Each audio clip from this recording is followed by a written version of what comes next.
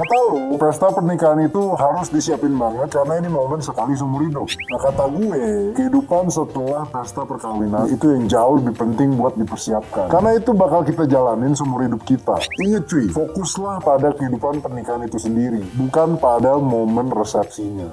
Gokil, tajam gak tuh cuy? Paling demen nih gue kalau bahas ini. Gas yuk, bareng gue Mr. Cuan, inilah kata lo. Lo punya temen atau saudara atau bahkan lo sendiri yang billing utang buat ngadain pesta pernikahan. Pasti alibinya pesta nikah ini sekali seumur hidup. Nih gue tampil pakai data. Bayangin aja, rata-rata biaya perkawinan di Indonesia mencapai 191 juta. Sedangkan pendapatan per kapita kita pada 2022 itu cuma 71 juta rupiah. Jauh banget kan cuy?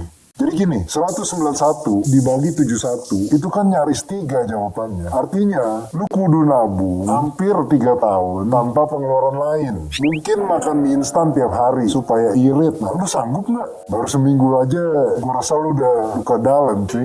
Menurut lo, sayang nggak sih uang sebanyak itu digelontorin cuman buat pesta pernikahan? Nah, sayang nggak sayang itu relatif sih menurut gua. Tergantung kemampuan finansial sendiri-sendiri. Lagi-lagi kalau lo anak konglomerat terus punya gaji gede, ya bisa aja lo jadi slow. Nah soal penting nggak penting, gue coba bahas deh di video ini, yaitu soal keuangan after married bareng pasangan hidup lo, bareng anak lo, dan juga kebutuhan hidup yang pastinya akan jadi beda dibandingin saat lo lajang. Gue cuma mau kasih bayangan nih, pesta pernikahan itu cuma berlangsung sehari. Kalau masakan di resepsi lu kagak enak, palingan juga cuma diomongin seminggu sama tamu. Kalau enak, juga paling diomongin seminggu sama tamu. Nah tapi kehidupan pernikahan lu berlangsung seumur hidup. Nah ngomongin bahtera rumah tangga, seumur hidup itu butuh apa aja sih? Butuh omongan tetangga? Ya kagak lah, lu butuh cuan cuy. Karena itu, ini penting. Nah nih, gue kasih datanya nih. Ekonomi alias cuan menjadi faktor utama kedua penyebab perceraian nasional sepanjang tahun lalu. Jumlahnya mencapai lebih dari 110.000 kasus dari total kasus perceraian di tanah air. Nomor satunya adalah pertengkaran dan perselisihan. Gue yakin banget alasan dari pertengkaran dan perselisihan itu salah satunya adalah ekonomi juga. Nah kondisi kayak gini biasanya nggak pernah diomongin saat lo lagi pacaran. Kalau ngedate siapa nih yang mau bayar? Bagi dua atau bayar sendiri-sendiri? Staycation di tempat estetik, atau jangan-jangan sering ngutang buat ngedate.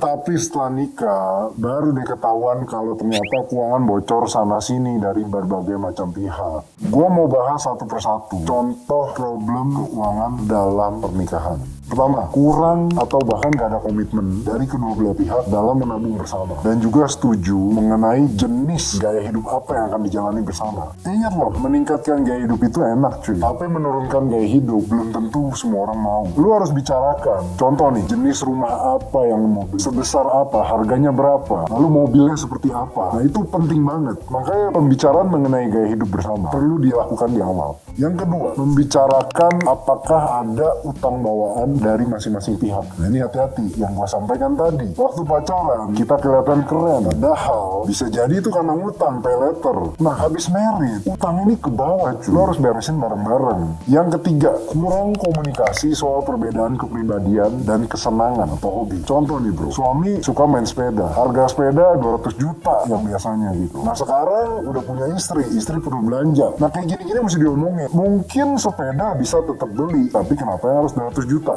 Yang keempat, adanya sindrom kekuatan. Itu memperbandingkan penghasilan satu sama lain. Entah si suami atau si istri, biasanya penghasilannya lebih tinggi dibandingin yang lainnya. Nah ini kenapa sih harus menjadi masalah? Banyak loh yang menjadi masalah mengenai ini.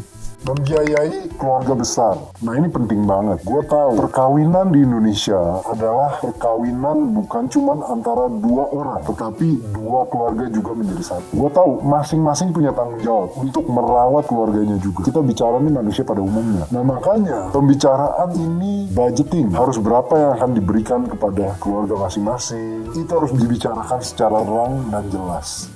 Nah sekarang gue mau bicara soal solusi. Gue tahu gak semua solusi ini applicable untuk semua orang, tapi at least coba didengarkan. please banget komit untuk buka rekening bersama. Sama-sama berkomitmen berapa jumlah yang akan ditabung ke rekening tersebut dari masing-masing pihak. Yang kedua, komunikasikan gaya hidup dan perbedaan kepribadian. Tadi gue udah contohin. Mungkin si suami hobi sepeda. Ya, bersepeda itu sehat. Tetapi yang mengalah lah. Tidak perlu membeli sepeda yang harganya 200 juta. Bisa beli sepeda yang biasa aja. Dan si istri mungkin ingin pakai perhiasan dan segala macam. Oke, kecantikan, looking good is also good. Tapi please, kompromi saja untuk kepentingan bersama. Yang ketiga, jangan jadikan perbedaan penghasilan sebagai sebuah masalah. Kita semua tahu, semua orang punya talenta sendiri-sendiri. Karir, perjalanan hidup sendiri-sendiri. Nggak ada bedanya sama suami istri. Jadi please, jangan juga menjadikan ini adalah masalah. Lalu pointing fingers, gaji lo lebih gede daripada gua, gaji gua lebih kecil, dan sebagainya. Please, hindarkan itu.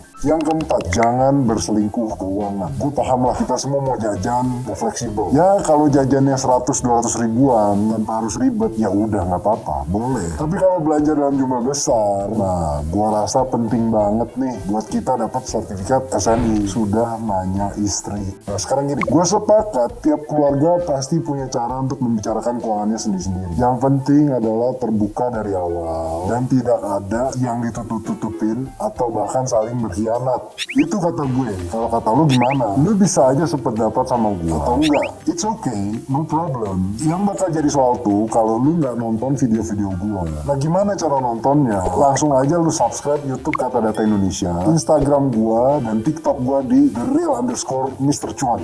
Gue, Mr. Chuan, ciao.